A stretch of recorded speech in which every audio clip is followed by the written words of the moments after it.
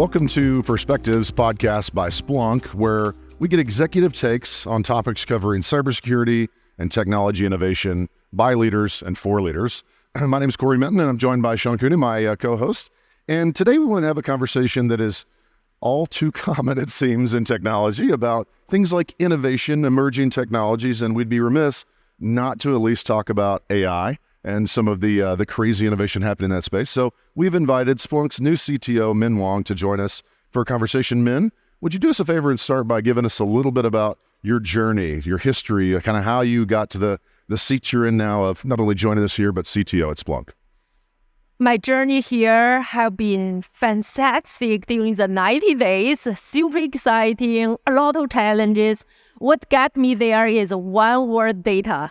I started my career after I got my PhD in database query optimization in 1999.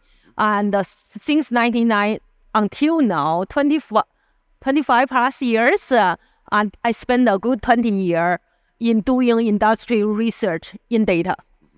Starting with IBM TJ Watson Research Center, working on IBM's DB2 optimizer, then enterprise data analytics for HP Labs, then joined Google when Google Research in 2013, when Google Brain was still in early stage. Then I left Google, joined the payment company Visa, started the research organization there, did a really exciting 2+ year journey to build a deep learning model to really change the way how payment industry dealing with fraud detection.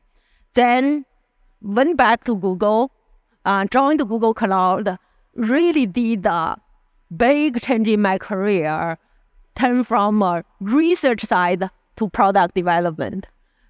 Lead the development of new product at Google Cloud for 2 years, and then joined the Google Assistant, which is all about AI. What brought me to Splunk are really the timing. When generative AI started in such a big way in the past year or so, I started to ask myself, technology in my mind is always a means to an end. When new means like this one come, what is the industry that can benefit from it the most in terms of the end, which is for me always deliver the best value to the customers.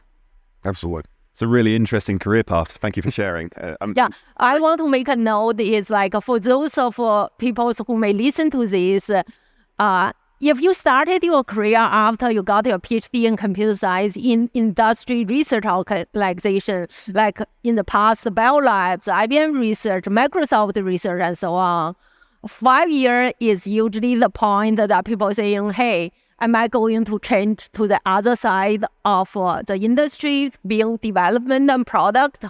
And if you don't do that, at that point, you usually stay in research forever. And I'm a really odd layer because when I made the change on 2018, I left Visa and I told Google the only reason I come back is I'm going to do product development. Really? But I'm so glad I did that because I feel so closer to the real value delivery part of the chain. Yep. Great. So a real outlier, no pun intended. Yeah. Right.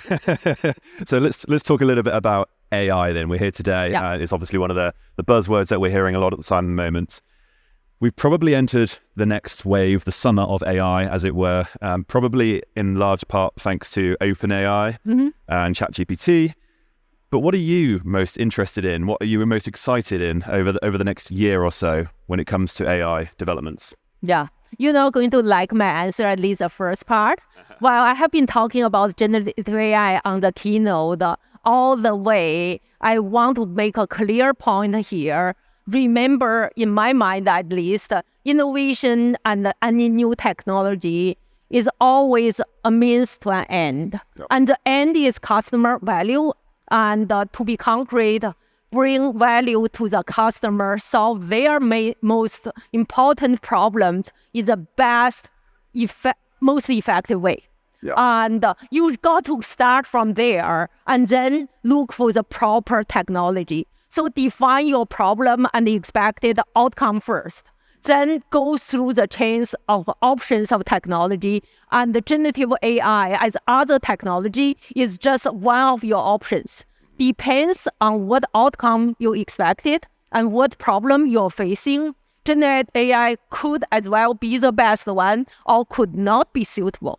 Don't forget all the other technologies we have all built over years, traditional machine learning, statistics, database, right? Some problem can still be best solved by them. Yeah. And the generative AI is super powerful, bring the powers from dimensions that none of us imagined before, but it is still new. To translate this technology to real value and solution is a long way to go. And for me, like leading this journey at Splunk is what excites me the most. Absolutely. So that's one of the things that we look at, public statements of some of the largest organizations around the world, and there's these unifying kind of thread that we see, which is, chairmen and CEOs talk a lot about cybersecurity is a must, but innovation is also a must. Yeah. So how do leaders like you, and how do you hear other leaders trying to balance that requirement of, hey, we absolutely need to innovate. There's pressure from outside forces because generative AI is this talk, but how do you balance that need for innovation with that need to build things that are resilient and secure? Mm-hmm. I think it's all come to some basic principles. I think we need to be super clear about your business goal first.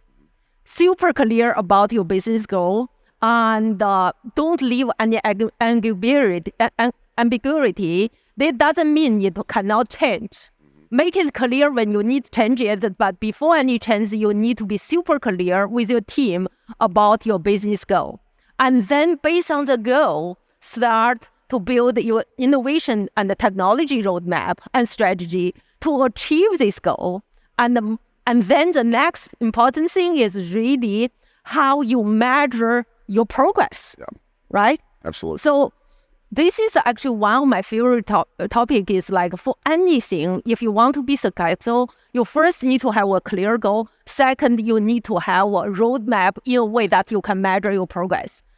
Yeah. For generative AI in particular, I actually talked to a few colleagues already during yesterday and the day before yesterday. I start to think about how I am going to measure the progress of generative AI technology in Splunk's setting. So here is some very early thought, like really early, and I have is really the like version 0.1, I would call it. Yeah. So I think is really we need to define our success management around the two places. One is several key user journeys, and second is certain fundamental common components for using generative AI. And then once we have this, is hard. We're going to start something and keep iterating. Depends on what we hear from our customers, in particular from the field. And then for each of those components and the user journey, I think especially when it comes to user journey, I want to focus on several dimensions to measure if we are making progress. One is to really help our customers in this particular journey doing things faster, easier, smarter, and simpler. Okay, easier and simpler are not the same. Have some overlap. I haven't defined the specific definition yet, but then translate this full concept into some early metrics. Start to quickly iterate to see if we are making any progress, right? And one thing I've always called out is really, I didn't say cheaper. Did you notice? I did notice that. Yeah. So I actually, cheaper was in my initial draft. I would write down on my notepad. I deleted it because I don't think cheaper is a well-defined term in this scenario, because expensive or cheap is all relatively to the value. And I would rather for myself to focus on the value generation and then let my other colleague to figure out the pricing. Smart. That's really interesting, isn't it? It is. So let's think about the average organization going through or thinking about their own AI journey over the next however many years. Who should lead the change in AI? Because it's a lot of organizations may jump at the chance of maybe thinking this is just another IT project, right? And maybe it's the responsibility of the IT director or the CTO or the COO. Whose responsibility should it be? I didn't get your last sentence. Whose responsibility should it be to lead an AI change? I think I think it's the whole organization. Yeah. And I also want to add the first step for a lot of organizations is going to be get some technical fundamental understanding about generative AI before you talk about anything. Actually, I'm going to push it to do it as Splunk. That's fantastic. So one of the things you just mentioned is you have to have everyone on the same page. Everybody has to work together to achieve the innovation. But as a senior leader in an organization, you ultimately have to answer to a board of directors, and a board of directors needs to be in your camp as an executive. They need to be aware of and aligned to your vision. What are some best practices that other CTOs might benefit from on how do you clearly articulate and get the board of directors in your camp, so to say, and supportive of your vision?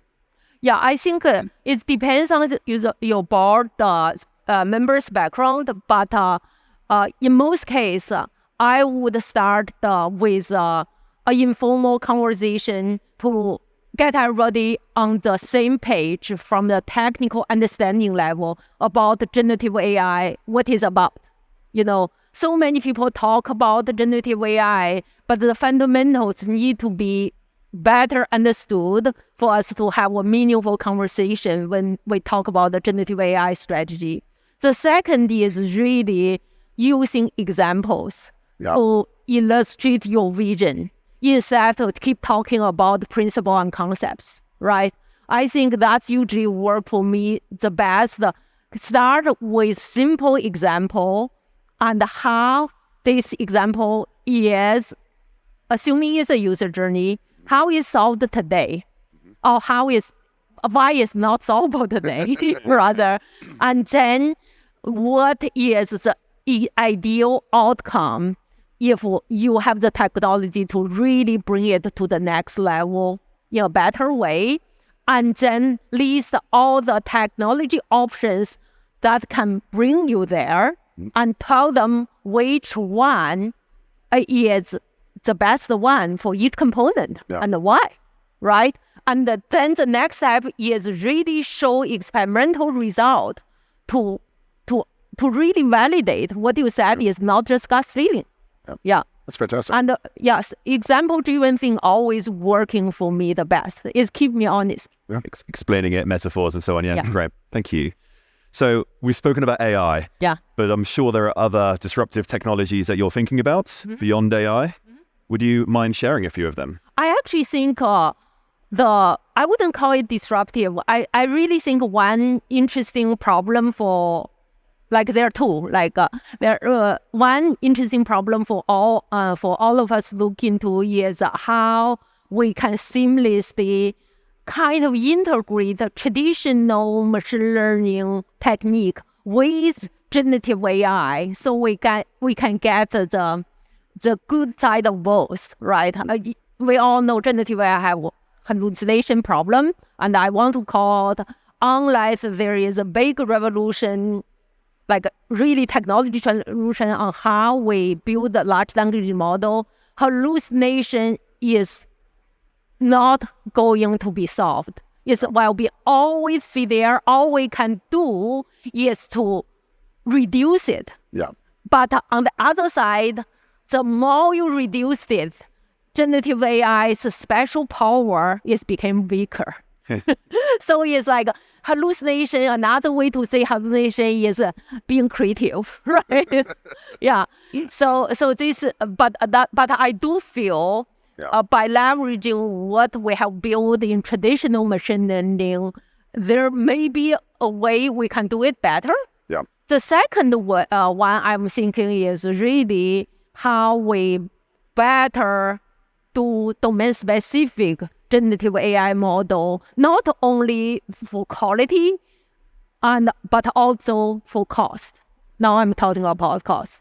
We're not building model to solve the world, all the language phenomena as all everything everybody got to say in all the languages, right? Yeah. So we want to solve all the problems a Splunk customer can ever meet in their environment or workflow. So that is a much smaller specific domain. So how do we fine-tune the model to be domain and Splunk specific and also getting smaller? That's fantastic. Well, I mean, it's been fantastic to have you join us on Perspectives. And I think having a CTO that has a vision for how the technology will evolve the customer journey is fantastic. But also, thank you for the guidance on how do you really act as a great leader in a technology organization to drive innovation and help your customers achieve the most value. So it's been a fantastic conversation. Thank you all for joining us on this podcast. And hopefully you'll be tuning in to splunk.com/perspectives for more conversations and takes from the executive team on topics around cybersecurity and technology for leaders and by leaders. I'm Corey Minton. Thanks so much for joining us. Be sure to subscribe to the show on whatever platform you're currently using. If you're listening and you want to watch the show, check out YouTube. And if you're watching but you'd prefer to listen, check out the Perspectives podcasts wherever you find your podcasts. Speaking of podcasts, you should also check out the Security Detail podcast by Audra Streetman and Kirsty Payne. They explore cyber threats across a variety of industries with some of the most trusted names in cybersecurity. And don't forget to check out splunk.com/perspectives for blogs featuring the latest executive takes on today's security and technology topics by leaders and for leaders. Thanks for listening.